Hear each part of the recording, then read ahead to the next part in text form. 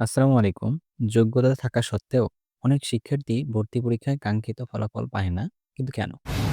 আসলে এই টপিকে একটা ভিডিও করেছিলাম এবং সেখানে বলেছিলাম যে আসলে সঠিক স্ট্র্যাটেজিতে না দাগানোর কারণে হয়ে থাকে। বাট মূলত কারণ আসলে ৩ টা।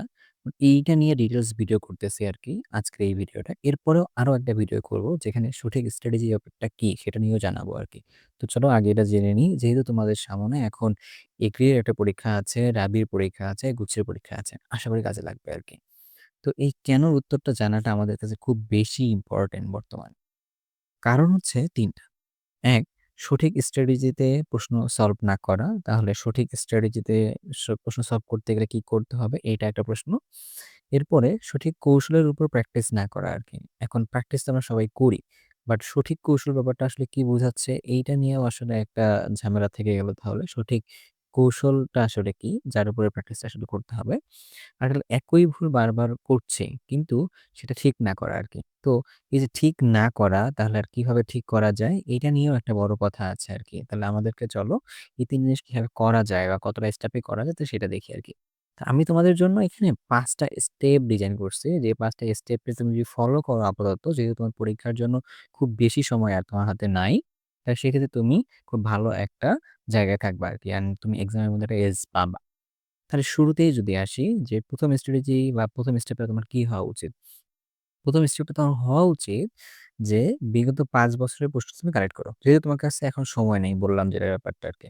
৫ বছরের প্রশ্নটা সামনে রাখো এবং রাখার সময় ডেফিনিটলি প্রিন্ট করে সামনে রাখো আরকি। তুমি বিগত ৫ বছরে তুমি যদি এখন কৃষির জন্য পরীক্ষা দিয়ে থাকো, দিচ্ছ বা দিতে চাও, তাহলে তুমি কি করো?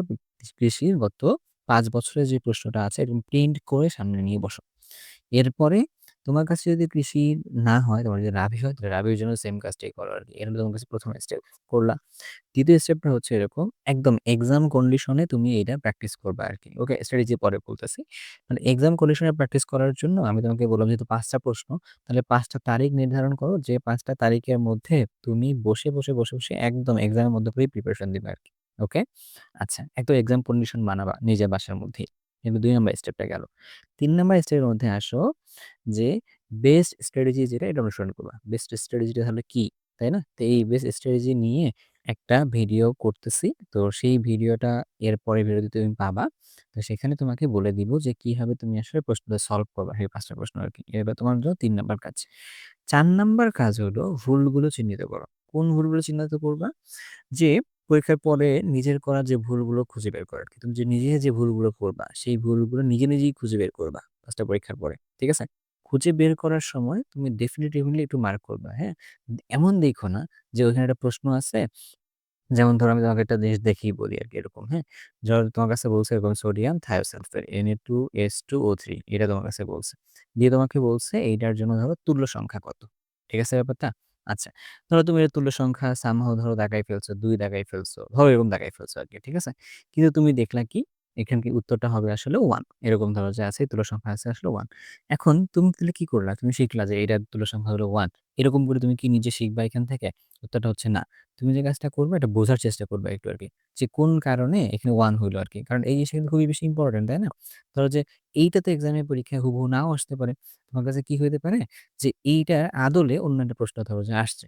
তো তোমার কাজটা কি? তুমি কোন কারণে ভুল করলা? তুমি মেবি জানো না যে তুল্য সংখ্যা আসলে কিভাবে বের করতে হয় আরকি। এটা মেবি তোমার প্রবলেম। তাহলে ভুলগুলো খুঁজে বের করার সময় তোমার প্রবলেমটা আসলে কি? তুল্য সংখ্যা বের না করা। সাপোজ তুমি এখানে তোমার প্রবলেমটা যেটা বুঝছো সেটা আসলে কি? তুল্য সংখ্যা, তুল্য সংখ্যা নির্ণয়। তোমার এইটাতে ধরো যে প্রবলেম আছে। তুমি এভাবে নিজে ভুলটাকে লিখো। যে মার্ক আউট করো যে হ্যাঁ, এইটাতে আমার তুল্য সংখ্যা নির্ণয় নিয়ে প্রবলেম আছে আরকি। বুঝতে পারছো? এভাবে তোমাকে মার্ক করতে বলছি। এটা কিন্তু খুব বিষয়টা ইম্পোর্টেন্ট। আমরা অনেকে করি কি যে তুল্য সংখ্যা হচ্ছে ২ আমি তো তুল্য সংখ্যা নির্ণয় করা জানি, তাহলে হচ্ছে আমার তো আর দেখা লাগবে না। বাট somehow হয়তোবা এটা ভুল হয়ে গেছে। বাট আসলে এরকম না। হ্যাঁ, তোমার তুল্য সংখ্যার জন্য যতগুলো অ্যাসপেক্ট এ প্রশ্ন হইতে পারে, তোমার সবগুলো অ্যাসপেক্ট আসলে তোমাকে রিচ করা লাগতো। বাট মেবি তুমি সবগুলো অ্যাসপেক্ট এ রিচ করোনি। এটা একটা প্রবলেম হইতে পারে আরকি। গেল ব্যাপারটা? ওকে। ভুল করছো যেহেতু তুমি ৫ টা পরীক্ষা কিন্তু ডেমো দিচ্ছ আরকি, ঠিক আছে? তো ডেমো পরীক্ষার মধ্যে তোমার আসলে কষ্ট পাওয়ার কিছু নাই। তোমাকে যে কাজটা করা লাগবে, তোমার এই ভুলগুলো কেন হইলো? ওই যে যেটা বললাম, এটা নিয়ে কাজ করবা আরকি, ঠিক আছে? তুমি হচ্ছে এই লিস্ট গুলো নিয়ে কাজ করবা। তোমার ধরো যে এরকম যদি লিস্টের সংখ্যাটা তোমার যদি অনেক বেড়ে যায়, তাহলে খুবই ভালো আমি বলব আরকি। তোমাদের কাছে এখন সময় আছে হাতের মধ্যে। তুমি কোন জায়গায় আসলে পারো না। ঠিক আছে ভাইয়া? ওকে। এরপরে ৫ নাম্বার লাস্ট স্টেপটা হচ্ছে এটা।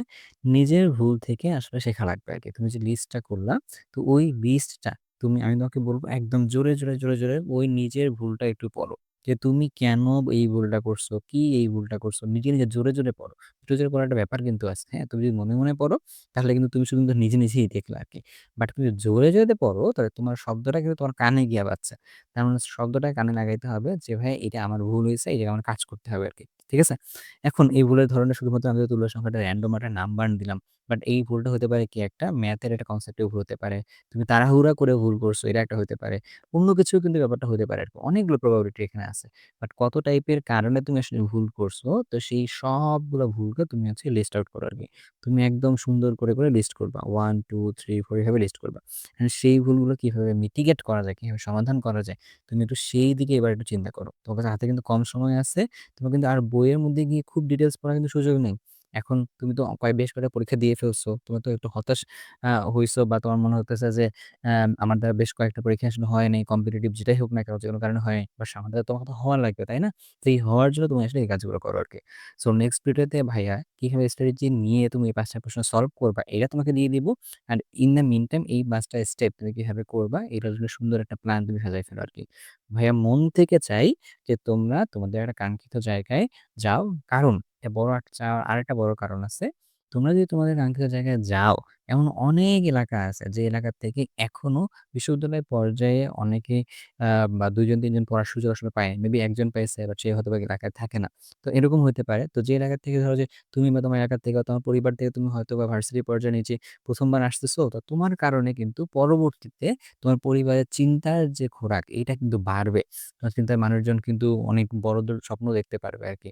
সো এইজন্য আমি বলব যে তোমরা হেরে না যাও। তোমরা হেরে গেলে আসলে পরবর্তীতে বেশ কয়েকটা মানুষ হেরে যাওয়ার সুযোগ আছে আরকি। তো আমি এইজন্য বলব যে তোমরা নিজেরা একটু আগায় যাও। তোমাদের মাধ্যমে অন্যদের লাইফেও তোমরা একটা ইমপ্যাক্ট ক্রিয়েট করতে শিখো। ওইজন্যই আসলে তুমি যদি বলো যে আমারও মোটিভেশনটা আসলে এই জায়গায় একটু বেশি আরকি। তো ধন্যবাদ তোমাদের সবাইকে। আজকে এই পর্যন্তই। আল্লাহ হাফেজ।